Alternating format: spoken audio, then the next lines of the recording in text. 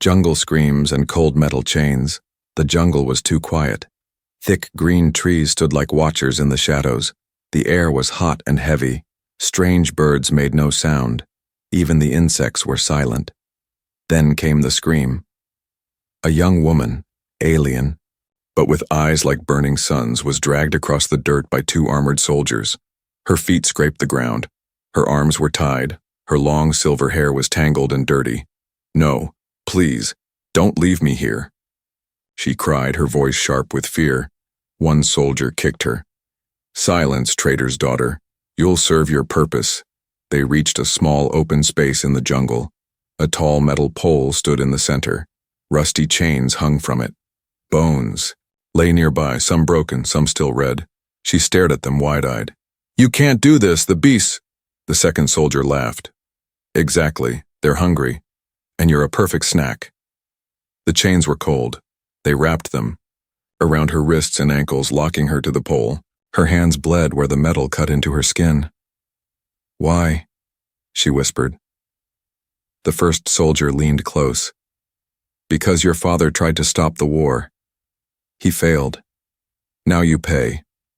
Then, without another word, they vanished into the trees, leaving her alone. The silence returned. She looked around. The jungle seemed to move. Shadows twisted. A low growl echoed far away. She began to shake. "Anyone?" she cried. "Please, help me." No answer. Only leaves moving slowly in the windless air. She tugged at the chains. They didn't move. Tears ran down her cheeks. Her breathing grew fast. She looked at the bones again. No, I don't want to die here." Then, snap. Branch broke in the distance. She froze. Growl closer this time, deep and rough. The sound of something large, something angry, something hunting. Her heart pounded. Her legs weakened. "No, please, no." Suddenly, from the shadows, two glowing yellow eyes appeared. They didn't blink. The beast stepped forward. Huge, dark-furred, with claws like swords and teeth too long for its mouth. It sniffed the air and growled again, louder. She screamed. It moved slowly toward her, hungry and sure. She closed her eyes and prayed. Then, snap. Another sound, but not from the beast. From behind her, a whisper, a breath, and then, quiet. A voice. Male. Calm. Human. She turned her head quickly. There, stepping out of the jungle, covered in mud and leaves, was a man. A human. His face was rough, scarred, but his eyes were sharp and steady. She gasped. "Who?" "Shh." He looked at the beast. It hadn't seen him yet. He pulled something from his belt, a long knife sharpened to a point. He moved like a shadow. Silent. Quick. She watched in disbelief as he got close to her chains. The beast sniffed the air but didn't move. "How did you get here?" she whispered. He didn't answer. Instead, he pressed a finger to her lips. Then he spoke, softly. "You want to live?" She nodded fast. "Then don't scream again." He began to work on the chains. His knife cut at the rusted metal. The beast stopped moving. It turned its head. It knew something was wrong. "Hurry," she whispered. "I am," he said calmly. The beast roared and began to run at them. The final chain snapped free. He grabbed her hand. "Run!" They ran into the jungle, pushing past thick vines and roots. The beast roared behind them, crashing through trees. She tripped. He caught her. She looked up at him. He didn't even seem scared. They kept running. Left. Right. Down into a narrow path that twisted like a snake. They stopped behind a fallen tree. The beast ran past them, growling, then vanished into the deeper jungle. She collapsed. Her body shook. Her breath was wild. "You saved me," she said. He nodded once. "Why?" she asked. He didn't look at her. "Because I've seen too many left behind." She blinked. Who are you?" He turned toward her. His face was calm but serious. "Name's not important." "Not yet." She looked at his hands, dirty but strong. His clothes were torn. He looked like someone who had lived here for a long time. "You're human," she said. "Yes, but humans aren't allowed on this planet." He smiled slightly. "I know. The man who shouldn't exist." The jungle was dark again. But this time, she was not alone. The man moved ahead, silent as smoke. His feet didn't make a sound on the jungle floor. The girl followed, stumbling over roots, her breath shaking. Her arm still hurt from the chains. "Wait," she whispered. "Where are we going?" The man didn't stop. "Somewhere safer." She looked behind. No sign of the beast, but its roars still echoed in her head. He finally pushed aside a curtain of vines and led her into a narrow cave hidden behind a rock wall. Inside, the air was cool and smelled like earth. There were dried leaves, a few tools, and what looked like a handmade spear. He lit a small fire with flint and dry bark. Only then did she get a good look at him. His hair was long and wild. His face was tanned from the sun, his eyes deep and dark, like he had seen many things, terrible things. His clothes were stitched from old scraps, part human gear, part alien cloth. She sat on a rock, still breathing fast. "You live here?" Nodded. "Yes." "Alone?"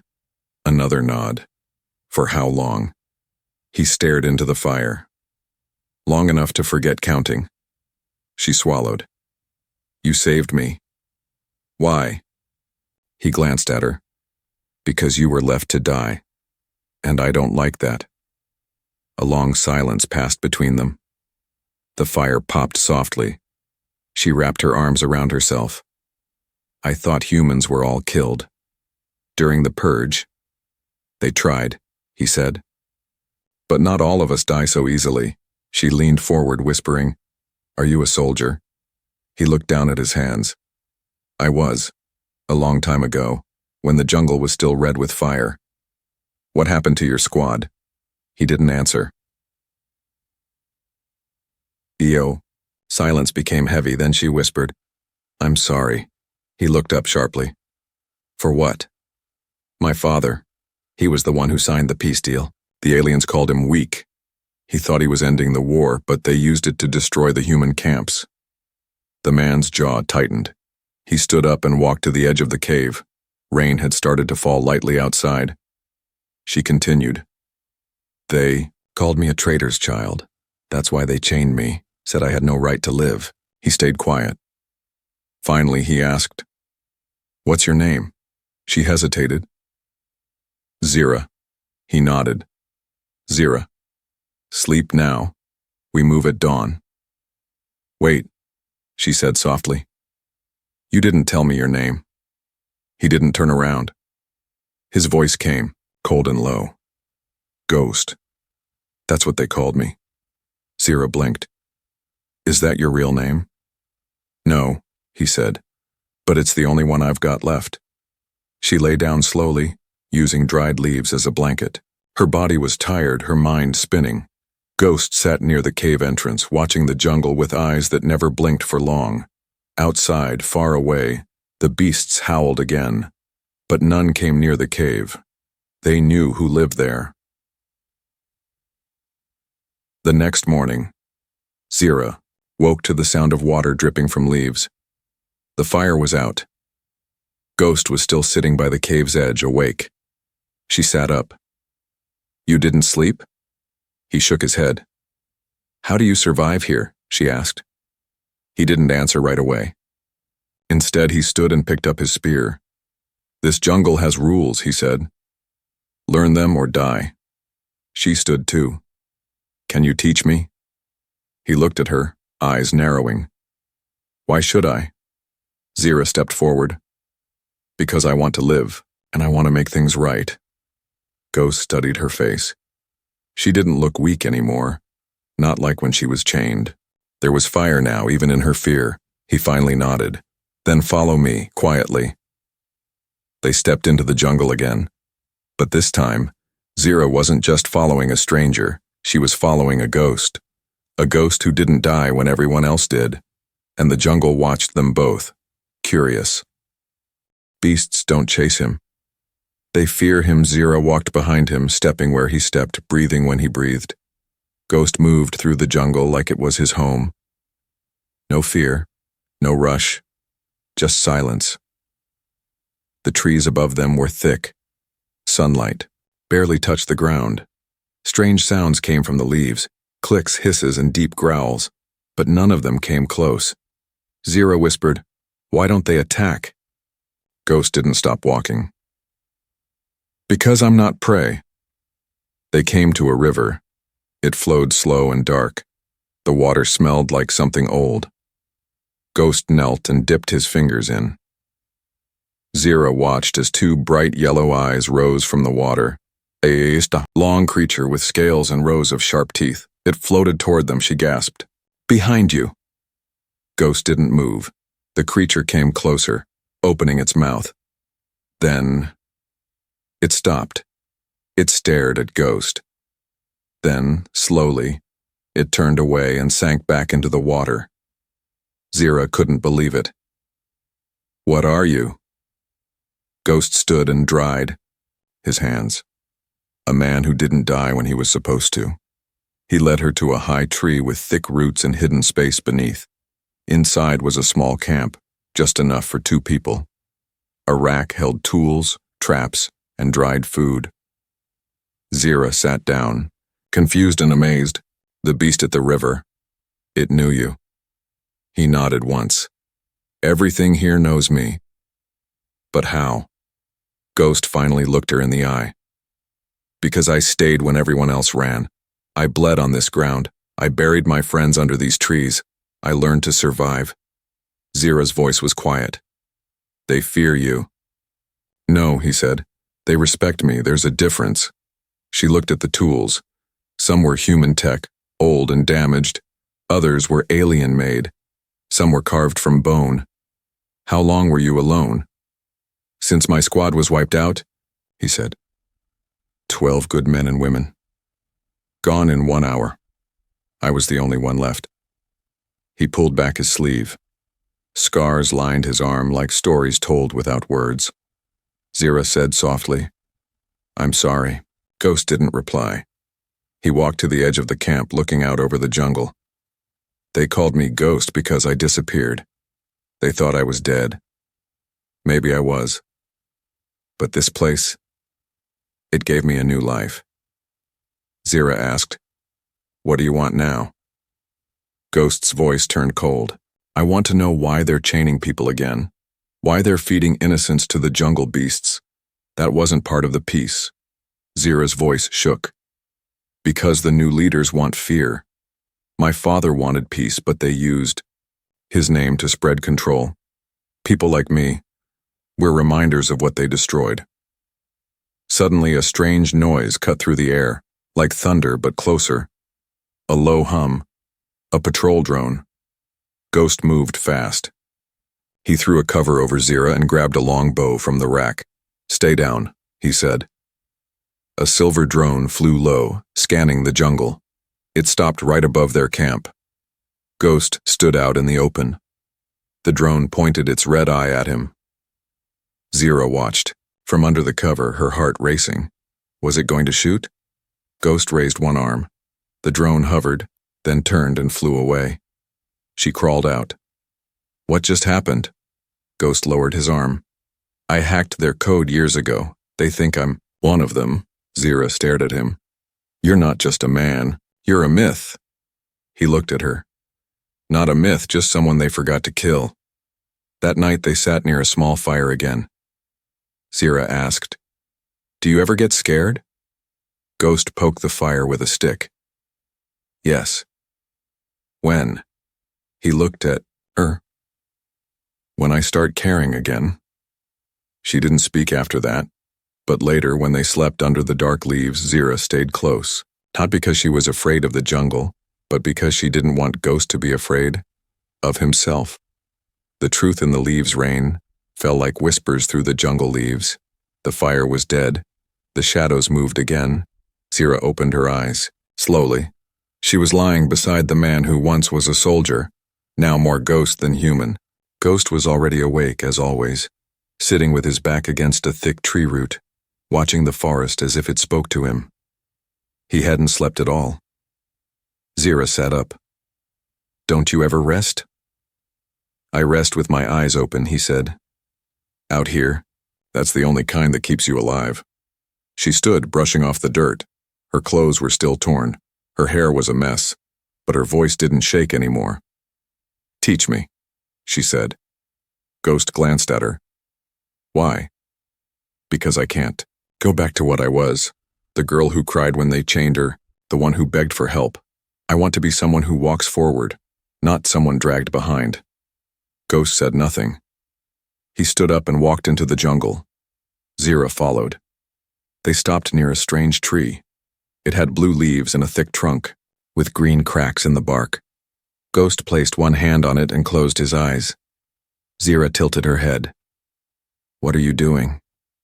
"Listening," he said. "To a tree?" He opened his eyes and looked at her. "Everything here has a sound.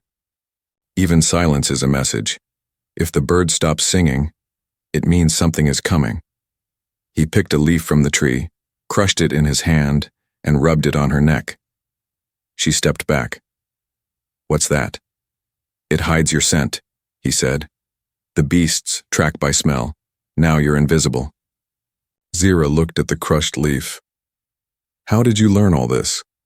Ghost started walking again. "The hard way." Later, they reached a shallow valley. Ghost motioned for her to lie down. They crawled forward to a high spot where they could see across a wide clearing. Down below, a ship was landing. Black armored soldiers stepped out. Zira held her breath. Ghost whispered, "They've returned, not to hunt, to collect." They watched as the soldiers threw two chained prisoners from the ship. One was an old alien man, the other, a young boy. Zira's hands balled into fists. "They're doing it again." "Bait," Ghost muttered. "Same as you." A metal pole was already in the ground. Chains rattled. The soldiers moved fast, not afraid. "They're confident now," he said. "Too confident." Zira's voice trembled. "We have to help them." Ghost's eyes narrowed. "If we move too soon, we die. If we wait too long, they die. That's the jungle's rule. Know the moment, or lose it." Zira looked at the boys, small face. His eyes were full of terror. "Then teach me how to find that moment," she said. "Because I'm not leaving him there." Ghost turned toward her. His face was unreadable, but in his silence, she felt something shift. That night, back at their hidden camp, Ghost lit a different fire. Not wood, not leaves. He burned herbs that filled the cave with smoke. "Sit still," he told her. He painted lines on her skin using a dark paste. Symbols Zira didn't recognize. "What is this?" she asked. "A memory test," he said. "The leaves show you who you are. But only if you're brave enough to look." The smoke filled her lungs. She blinked. The cave vanished. She was suddenly back in her old home, standing in front of her father. He held her hand, smiling. "You were always meant to change things, Zira." Then flames, screams, soldiers, chains. She gasped, falling to her knees. The vision ended. The cave returned. Ghost stood over her. "What did you see?" he asked. She looked up at him with new eyes. "I saw why I'm still alive." In the silence that followed, Ghost placed a knife in her hand. "It's time you learned how to hold your own chains," he said. "And break them." She gripped the blade tightly. "Then show me where to cut." Her past, his pain. The stars peeked through the trees, small and cold. Zira sat near the fire, holding the knife Ghost had given her. She turned it slowly in her hand. Its edge was rough, not shiny like soldier blades, but it felt stronger somehow. Real. Ghost sat across from her, sharpening his spear. The sounds of the jungle echoed softly. Branches shifting, water dripping, wind whispering old secrets. Zira finally spoke. "Do you hate me?" Ghost didn't look up. "No. But I'm the reason your squad died," she said. My father trusted the wrong people. He believed in peace, but the alien leaders used it to wipe out your team. Ghost was silent for a long moment. Then he said, "Your father believed in peace. That's not weakness, that's courage." Zira stared into the flames. "He died screaming. I was there. They made me watch." Ghost paused, his hand tightening around the spear. She continued, voice cracking. "Then they dragged me through the mud, spat at me, called me the traitor's child. That's who I am. That's all I've ever been." "No," Ghost said. "That's who they told you to be." She looked up. He met her eyes. "You're not a chain. You're fire." Zira's lip trembled. No one had ever said that to her. Ghost stood. "Come. It's time you learned to burn back." They moved through the jungle, steps light, breath quiet. Ghost showed her how to walk without snapping branches, how to smell poison in the air, how to listen to the leaves when they stopped moving, because that meant danger. They reached a wide, broken tree, hollow in the center. Ghost pointed inside. "Touch the walls." Zira did. Her hand came back sticky with blood. "This is a beast nest," Ghost said, "but not just any. This one belongs to the Alpha." Zira frowned. "What Alpha?" Ghost's face turned dark. "The Boneback." Zira froze. Everyone had heard stories. A beast with armor so thick, even fire didn't burn it. A roar that made trees fall. A creature that had once killed an entire patrol by itself, she whispered. "I thought it was just a story." Ghost didn't blink. So did my squad, right before it tore them apart. Zira stepped back from the nest. Ghost put a hand on her shoulder. "Fear is fine. Panic is death. Learn the difference." Suddenly, a noise. Snap. Growl. Leaves above them shook. Ghost spun around, pulling Zira down with him. Something huge was moving. Heavy. Slow. But with purpose. "Run?" she asked. He shook his head. Too late. Then they saw it. The Boneback. Its skin was thick like armor plates. Its face was covered in old scars. Bones of past kills hung from ropes tied to its limbs. Its yellow eyes glowed like fire. It didn't growl. It just stared. Then it moved. Fast. Ghost shoved Zira behind a tree. "Don't look back, go!"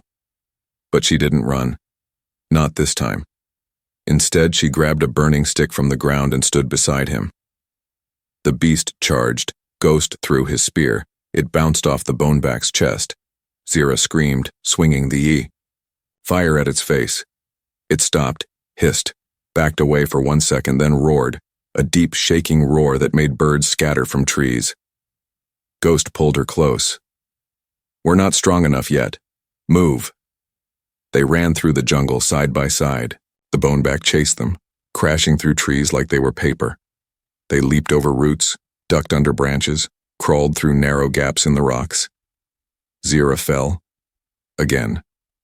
But this time, she didn't cry. She growled and got up. They dove into a hidden cave sealed with thick leaves. Ghost poured cold mud over the entrance to hide their scent. Outside, the beast stopped, sniffed, waited, then silence. Inside the cave they sat, breathing hard. Zira touched her face. Her hand was shaking. "I froze," she said. "I thought I was brave. But I froze." Ghost looked at her, his voice steady. "No, you stood your ground. That's the beginning." She looked up at him. For the first time, she noticed his eyes weren't just cold. They were tired, full of pain, of loss. "You still see them, don't you?" she asked. "Your squad." He nodded slowly. "Every night." She reached for his hand. "Then let's make sure no one else ends up like them. Or like me." Ghost squeezed her hand once. Outside, the Boneback roared again. This time, they didn't flinch. When Ghost bleeds, the cave was silent, but their hearts were not. Zira could still hear the boneback's roar in her chest.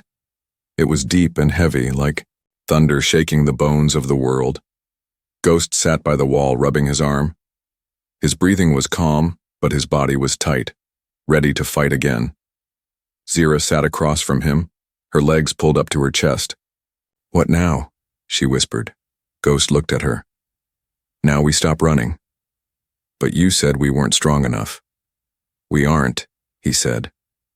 "But sometimes running isn't survival. Sometimes it's surrender." Zira blinked. "So we fight?" Ghost stood. "We make a stand." They spent the day building traps. Ghost taught her how to shape vines into snares, how to sharpen wood into spikes, how to dig quiet holes beneath leaves. Zira moved fast, her hands learning, her eyes sharp.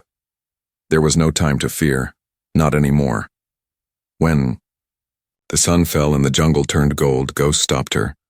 "Now," he said, "we prepare ourselves."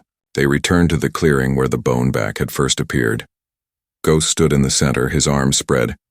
His voice was low and strange, not human. He called to the jungle. Zira felt a chill run down her back. "What are you doing?"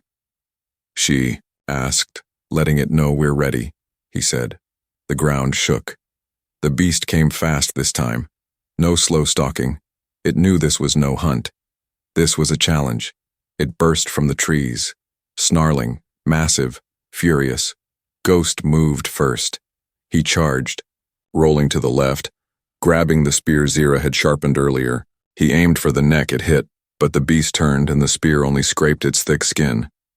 Zira ran toward the trap lines. "Now!" she shouted. Ghost jumped back, leading the boneback into the pit. It stepped forward and fell, just a little. Its front leg went into the trap. It roared in pain, but it didn't stop. It turned and slammed its tail into Ghost. He flew back, hit a tree, and dropped. "Ghost!" Zira screamed. She ran to him.